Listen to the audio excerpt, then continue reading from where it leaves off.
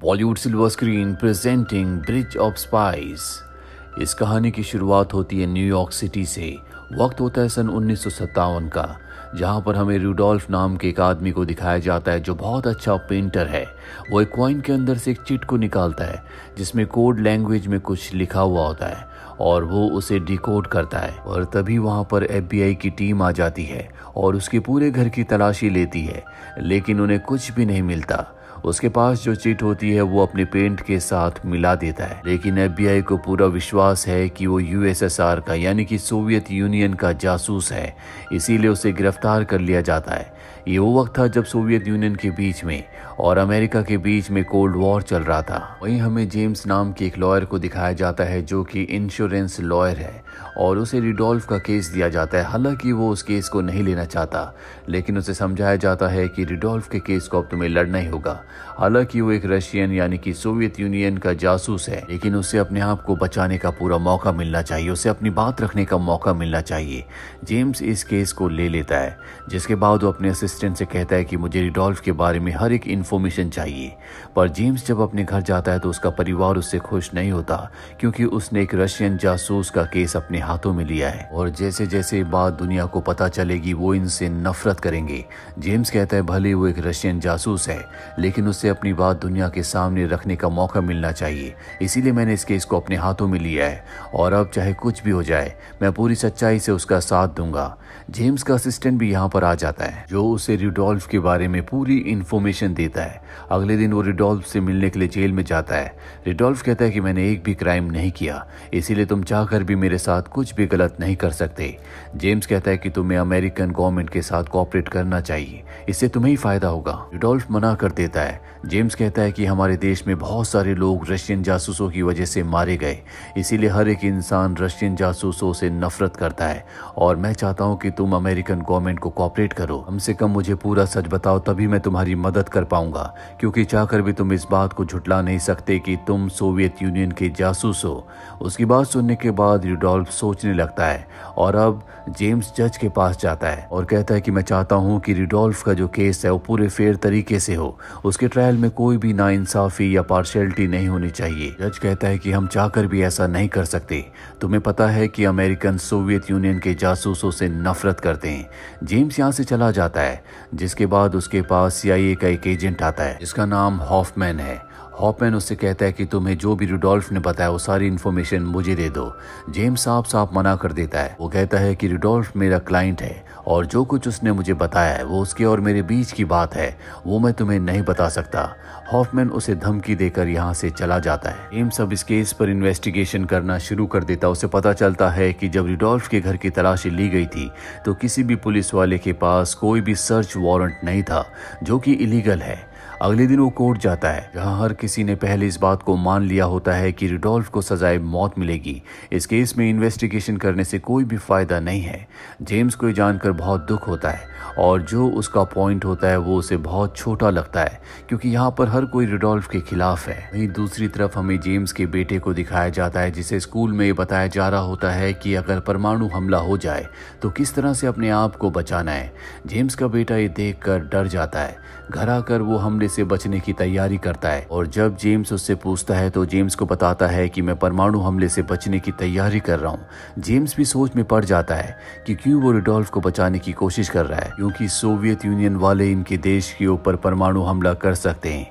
अखबारों में खबर छप जाती है कि जेम्स रूडोल्फ का केस लड़ रहा है, जो कि एक जासूस है। इसीलिए जब भी वो कहीं भी ट्रैवल करता है हर कोई उसे नफरत भरी नजरों से देखता है, और जेम्स को इस बात से कोई फर्क नहीं पड़ता। वो अपना काम ईमानदारी से करता है। रूडोल्फ के ऊपर कई सारे ट्रायल्स चलते हैं और कई सारे ट्रायल्स होने के बाद रूडोल्फ को दोषी पाया जाता है और जज कहता है कि जल्दी रूडोल्फ को सजाए मौत सुनाई जाएगी। ये सुनकर सब के सब लोग खुश हो जाते हैं। कोर्ट से निकलने के बाद जेम्स रूडोल्फ के पास जाता है और कहता है कि अभी फाइनल वर्डिक्ट नहीं आया, तुम चिंता मत करो, मैं तुम्हें सजाए मौत नहीं होने दूंगा। पर रूडोल्फ बहुत ज्यादा शांत होता है, उसे मरने से डर नहीं लगता। दरअसल उसे सजा से कोई भी फर्क नहीं पड़ता। और इसके बाद जेम्स जज के घर जाता है और जज से कहता है कि अगर रूडोल्फ मारा गया, उसे सजाए मौत हो गई, तो इसमें हमारा ही नुकसान है, क्योंकि हम उससे बहुत सारी इन्फॉर्मेशन निकाल सकते हैं। आपको भी इस बारे बारे में सोचना चाहिए। जज भी उसकी बात सुनकर सोच में पड़ जाता है और अगले दिन जब फाइनल डिसीजन सुनाना होता है तो जज उसे सजाए मौत न देकर 30 साल की सजा सुनाते हैं, जिससे कोर्ट में बैठा हर एक इंसान चिल्लाना शुरू कर देता है। जेम्स जब बाहर आता है तो हर कोई उसे गाली दे रहा होता है क्योंकि उसकी वजह से एक जासूस बच गया। उसका सीनियर भी उससे कहता है कि तुमने बहुत बड़ी गलती की, तुम्हें रुडोल्फ को नहीं बचाना चाहिए था। और जेम्स ने वही किया जो उसका कर्तव्य था। इसके बाद जेम्स रुडोल्फ से मिलने के लिए जाता है। रुडोल्फ कहता है कि तुमने मेरी जान बचाई, इसलिए मैं तुम्हारा शुक्रगुजार हूँ, लेकिन यहाँ पर अब तुम्हारे खिलाफ हर कोई इंसान है। तुम्हें अपने और अपने परिवार की रक्षा करनी होगी। अमेरिकन लोग तुम्हें नहीं छोड़ेंगे। रात को रुडोल्फ की बेटी को दिखाया जाता है जब वो टीवी देख रही होती है, तभी उनके घर पर गोलियां चलना शुरू हो जाती है और सबकी किस्मत अच्छी होती है कि किसी को भी गोली नहीं लगती।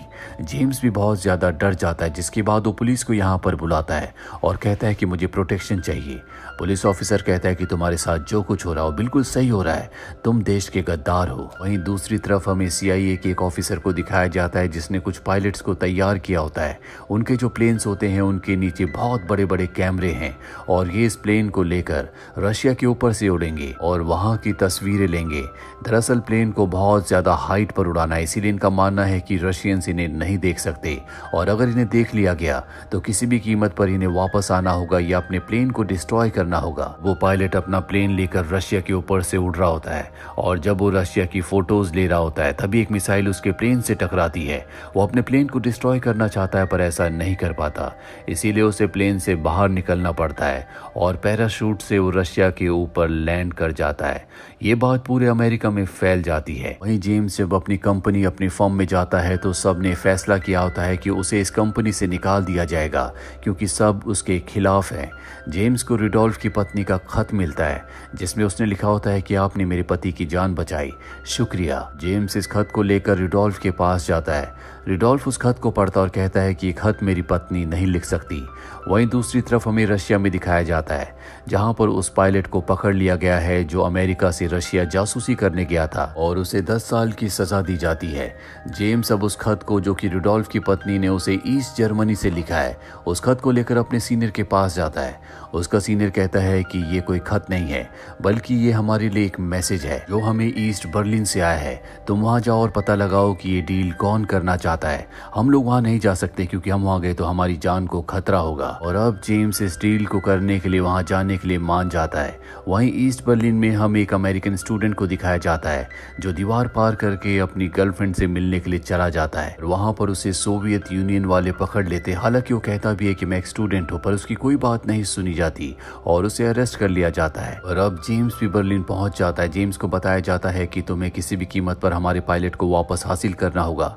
जेम्स को पता चल चुका होता है कि एक अमेरिकन स्टूडेंट को भी सोवियत वालों ने पकड़ लिया है। जेम्स कहता है कि मैं उसे भी आजाद करवाना चाहता हूँ, पर CIA को उससे कोई मतलब नहीं है, बस वो अपने पायलट को वापस चाहते हैं। एक रात एक होटल में गुजारने के बाद अगले दिन वो एक वकील से मिलने के लिए जाता है जिसका नाम वोगल है।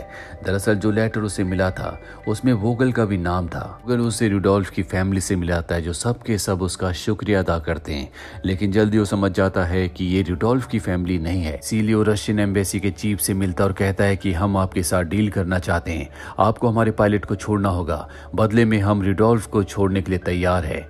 रशियन एम्बेसी के चीफ कहते हैं कि रशिया कभी भी एक्सचेंज नहीं करता और वैसे भी तुमने रुडोल्फ को बहुत वक्त से पकड़ा हुआ है, जिसका मतलब ये है कि तुमने उससे सारी इन्फॉर्मेशन निकलवा ली होंगी, जबकि हमने तुम्हारे पायलट को अभी अभी पकड़ा है, हमें भी उससे इन्फॉर्मेशन निकलवानी है। साथ ही वो ये भी कहता है कि मैं अपनी गवर्नमेंट से इस डील के बारे में बात करूंगा और कहता है कि तुम्हें सारी बातें वोगल बताएगा। दरअसल इससे पहले जिस वोगल से जिस वकील से वो मिला था वो असली नहीं था। एम्बेसी का चीफ उसे वोगल का एड्रेस देता है। वोगल का यही काम होता है कि वो दो देशों के बीच में डील करवाता है और अब जेम्स वोगल से मिलने के लिए जाता है। वोगल कहता है कि मैं तुम्हारी डील करवा दूंगा, तुम्हें तुम्हारा पायलट मिल जाएगा, बदले में तुम्हें रुडोल्फ को छोड़ना होगा।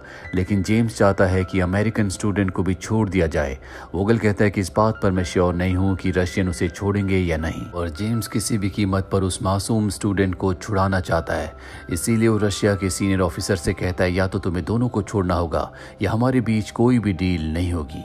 इस बात से सब सोच में पड़ जाते हैं। साथ ही सबको ये पता चल जाता है कि किस तरह से जेम्स अमेरिकन स्टूडेंट को छुड़ाने के लिए संघर्ष कर रहा है।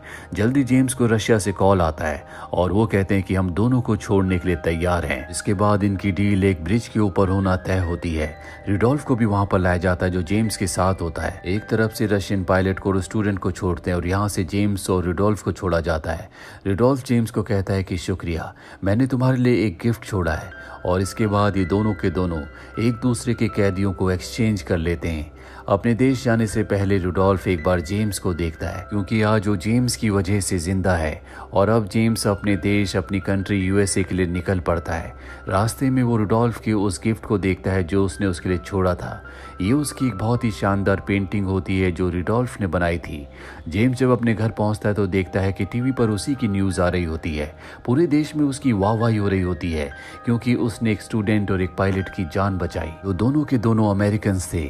जेम्स अगले दिन जब अपने काम पर जाता है तो बस में जहां सब पहले उससे नफरत भरी नजरों से देखते थे, आज सब की नजरों में उसके लिए इज्जत होती है, क्योंकि सच में उसने एक बहुत बड़ा काम किया था और अब वो एक नेशनल हीरो बन चुका है। इसी के साथ ये फिल्म, ये कहानी यहीं पर खत्म हो जाती है। उम्मीद करते हैं कि ये कहानी आपको पसंद आई होगी।